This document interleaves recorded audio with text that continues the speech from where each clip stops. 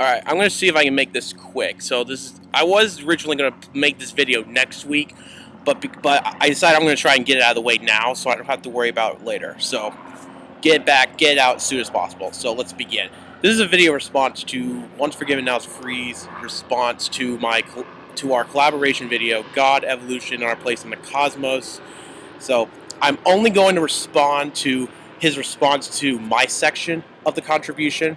So this video is going to be unscripted, off the cuff, so if I said anything that I mispronounced, please forgive me. This video is unscripted, so I'm just going to respond point by point to that Once Forgiven Now Free's video. So let's get started.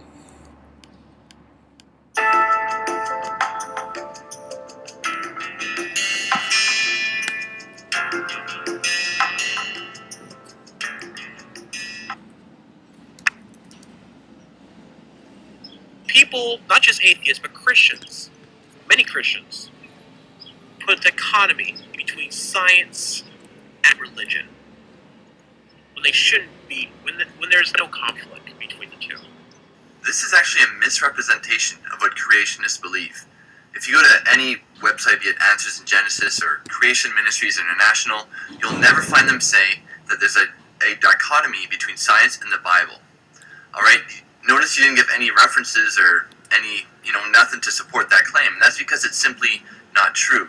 That's because I wasn't talking about creationist organizations. I was talking about individual, average Joe Christians who do accept young Earth creationism, who are average churchgoers, who don't know about the science, who don't know about the philosophy of science.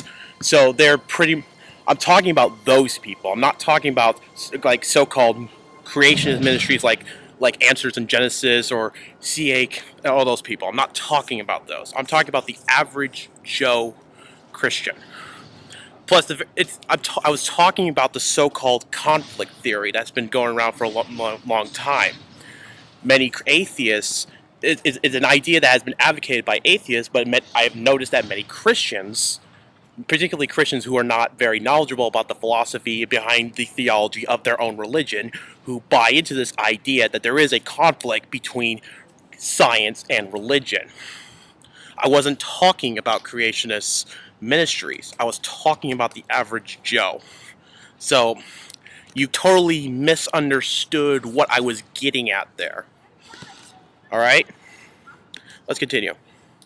Oh, one other point.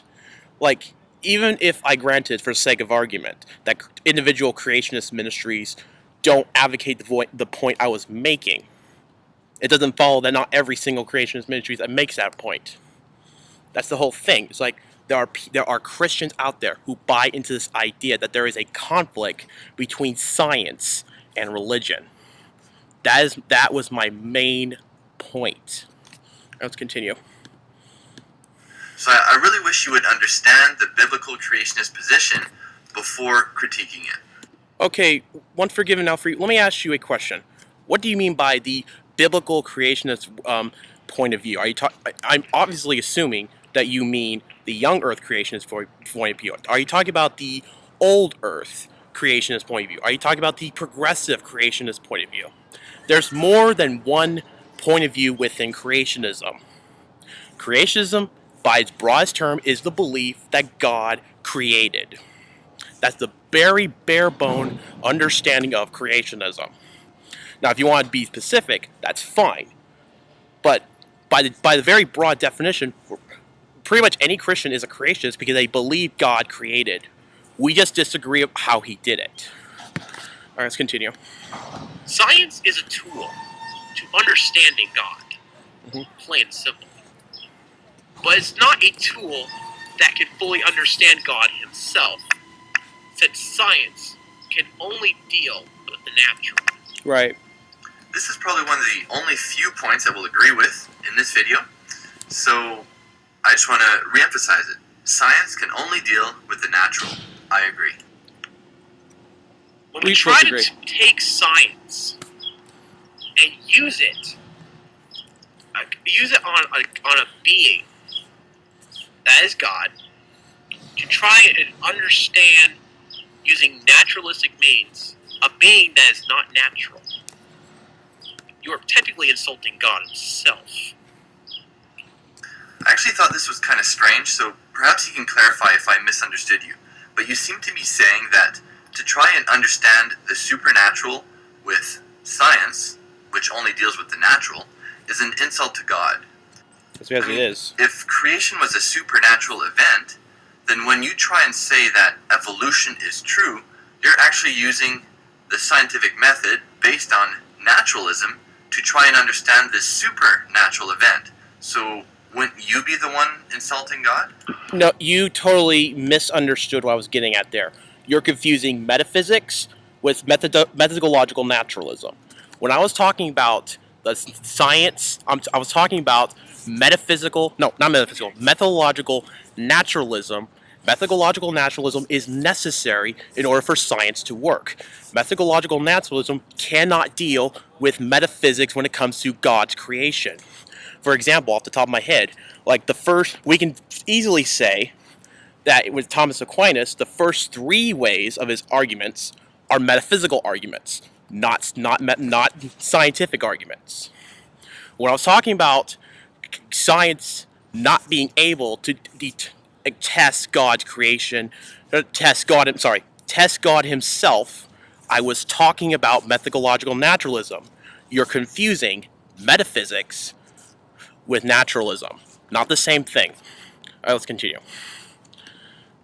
Science is a tool, nothing else, that goes to try and understand God's creation.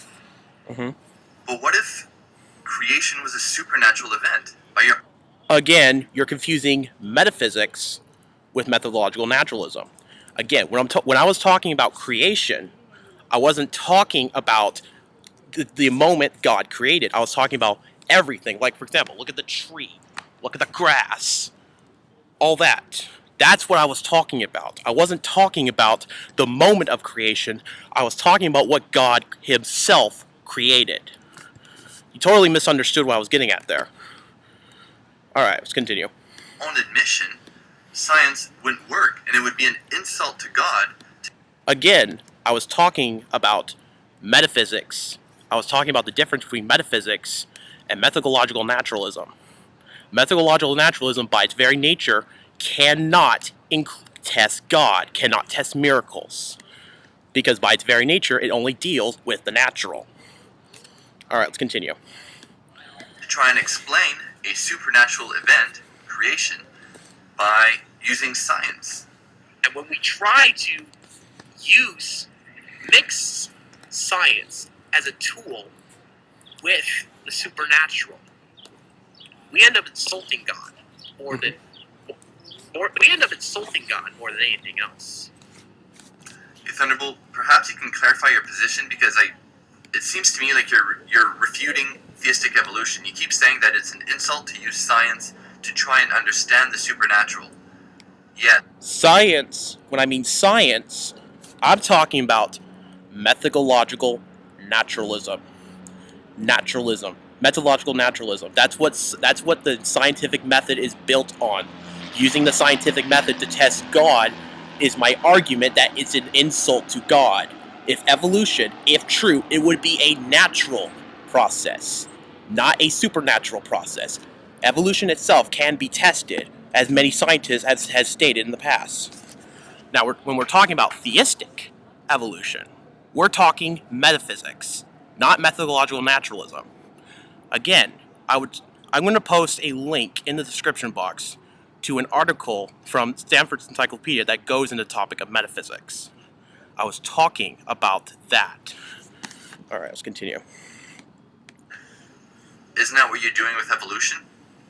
You're using a naturalistic methodology to try and explain the supernatural event. No, because I was using the methodological naturalism to explain the natural. I would use metaphysics and philosophy to explain the supernatural, to explain all the things that the methodological naturalism cannot take into account. That's what I was talking about. Alright. God speaking the universe into existence. So wouldn't that mean that you're insulting God? No, because again, you are confusing the difference between metaphysics and methodological naturalism. Thank you for watching.